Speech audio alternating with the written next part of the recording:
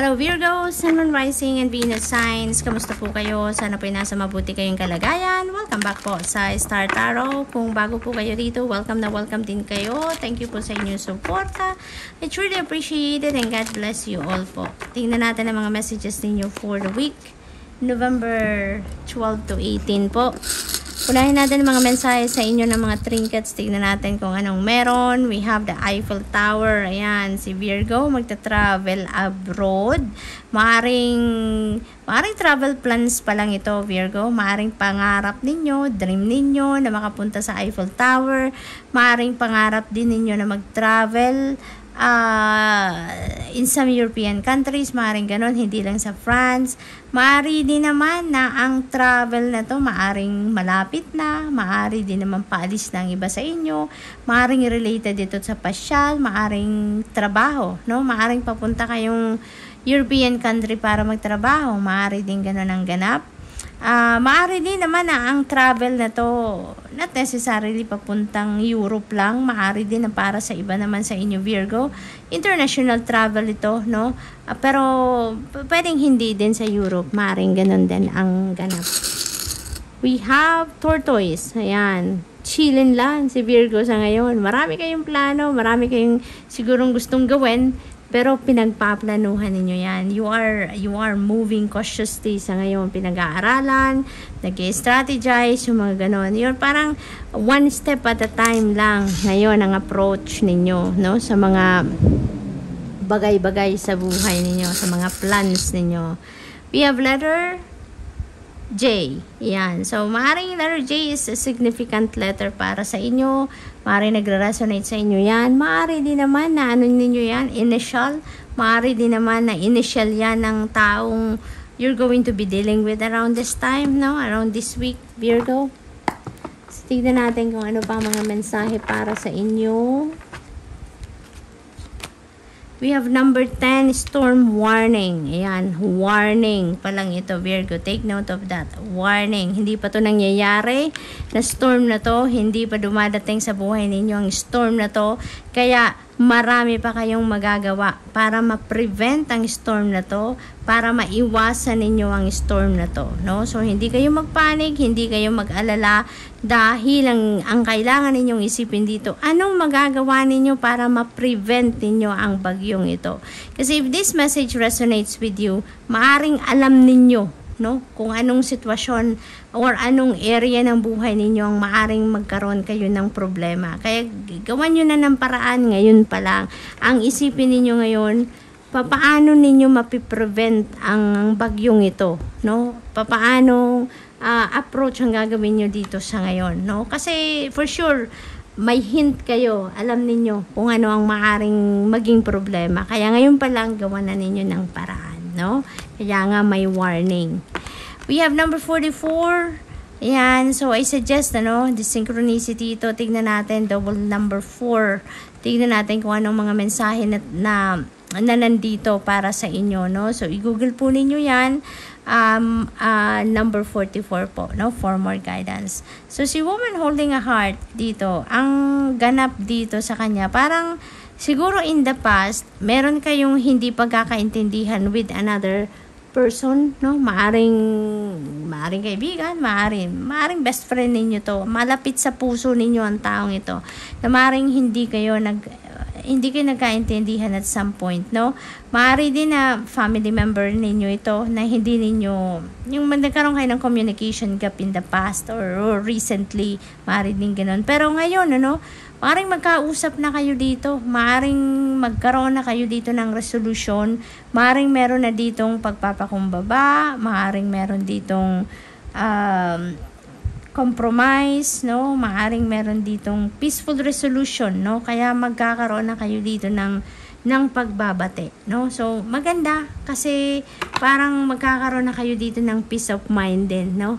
At handa na kayong magsimulang muli sa relationship ninyo na mas harmonious, mas maingat na kayo sa mga sinasabi ninyo, sa pakikisama ninyo with this person, no? Bagong sitwasyon, no? Ang sisimulan ninyo with this person. Number 51, Healer of Ages. healer of the ages, Virgo. Ang iba sa inyo dito could be healers, no, Virgo? Maaring ang iba sa inyo, alam nyo na you are a healer. Maaring hindi nyo lang siguro pa to ini-embrace talaga fully, no? Pero aware kayo, no? Aware na kayo na you are a healer. Maaring yan ang mission ninyo sa buhay, purpose ninyo in life, no? Maaring hindi pa lang ninyo ito siguro tinatanggap talaga na meron kayong healing power, no? Maaring ganun ang ganap. Pero this is reminding you dito, parang sinasabi sa inyo, nare-remind sa inyo dito na Virgo, you are a healer. It's about time na para i-embrace mo na yung mission mo sa mundo, no? Sa buhay na manggamot, no? In any way, in any form. Dito kasi iba-iba tayo, maraming very broad ang pagiging healer, no? Very broad. So, alam niyo yan, kung this message resonates with you, alam niyo kung anong linya, no, ng pagiging healer ninyo yan, Virgo. Maaari din naman na ano yan, siguro ang iba sa inyo may iniindang sakit, maaring gano'n, nagpapagamot, and maaring healing energy is coming towards you, no? Maaring ganon din ang sitwasyon dito. Maaring nagdadasal din kayo for healing, ganon, and pinapakinggan kayo, healing energy is coming through here. Strength, yan, so dalawa, na pick up ko agad, dalawang sitwasyon. So maybe unahin natin dito si Healer of Ages kasi yun ang unang din pinakita sa akin ng guides ko. So, maaaring ang iba sa inyo dito is really receiving that healing energy. Kaya naman, maibabalik nyo ng physical strength ninyo.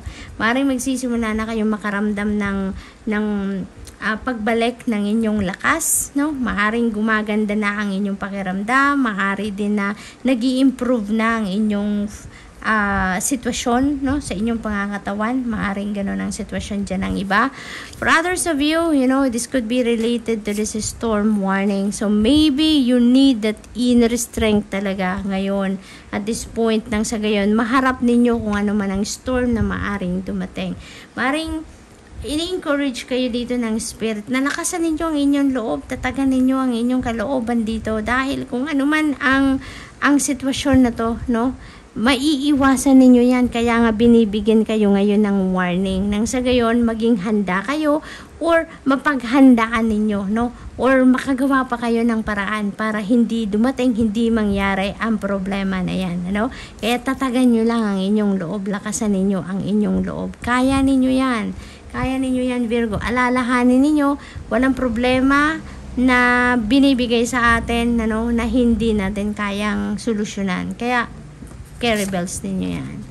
Growth, ayan, so maaring personal growth ito, no? Maaring ganon, maaring career related din ang growth na to, maaring pinag-uukulan ninyo ng pansin. Look at this, Virgo. Ang synchronicity na to, tarang bonggang-bongga. Tingnan mo, yung number 44, sa baba niya, number 44 din. See? So, napakahalaga, no? Napakahalaga na tignan po ninyo ang ibig sabihin ng master number. Oh, no! 44 is not a master number, but this is also bringing you very important information dito, guidance na kailangan ninyo, no?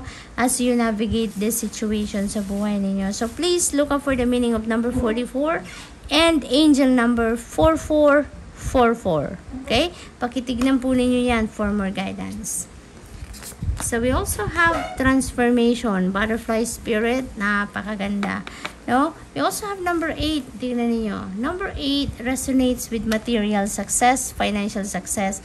Kaya most likely, yung pagbabagong ito na maaaring mag-unfold sa buhay ninyo sa ngayon is related sa inyong kaperahan. No, Virgo? Maaring hindi masyadong maganda ang sitwasyon ninyo pang kaperahan in the past, pero ngayon, no, maaring magkaroon na yan ng magandang pagbabago.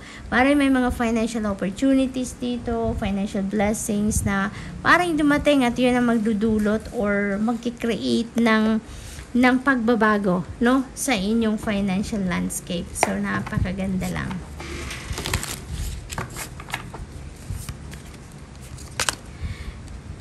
We also have the creator. Ayan, this is a no. This is a no card. Maaring maaring na-pick up ko agad dito, nakakatawa lang, Virgo. Kasi na-pick up ko agad dito, maaring you're saying no to this storm. No, you're saying no. Talagang pipilitin ninyo, gagawin ninyo ang lahat dito na makakaya ninyo para maiwasan, ma-prevent ninyo yan at lumihis, no, ang storm na yan sa buhay ninyo at hindi mangyari.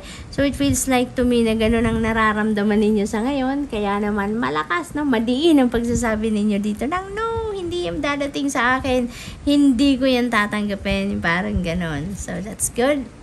We have the Tower energy. Yan. Massive transformation ang mangyayari dito sa iba sa inyo, Virgo, no? Massive transformation. We have transformation energy. This is also a big change. This is a sudden change na mangyayari sa buhay ninyo, no? Dito. This is time for releasing. This is time for purging. This is time for letting go, no? Of something or of someone sa buhay ninyo na hindi na kailangan sa buhay ninyo. Hindi na yan nagsiserve ng best interest ninyo. Hindi na yan nagsiserve ng highest good ninyo. Kaya maaring it's time for you to let go, no, sa buhay ninyo. So that mapunta kayo sa kung ano ang nararapat para sa inyo. Mangyari kung ano man ang dapat mangyari, no? Yung mga ganon. So what else? We have Three of Pentacles. Napakaganda. This is the beginning of your success, Virgo. Papunta na kayo sa pag-akyat sa ladder of success. So, napakaganda. Kung ano man yung ginagawa ninyo ngayon, ano man ang negosyo ninyo, ano man ang trabaho ninyo, karera, ano man ang pinagkakaabalahan ninyo, pinaglalagyan ninyo ng oras, panahon, effort ninyo, you know, magsasucceed kayo dyan. Nagsisimula na kayo, no? Nagsisimula na kayo ngayon sa pagtatagumpay ninyo sa kung ano man ang inyong ginagawa. So, good luck. That's all I have for you for today. I hope nakatulong ang mga mensaheng ito in some way. Thank you for watching. Love and light. Namaste.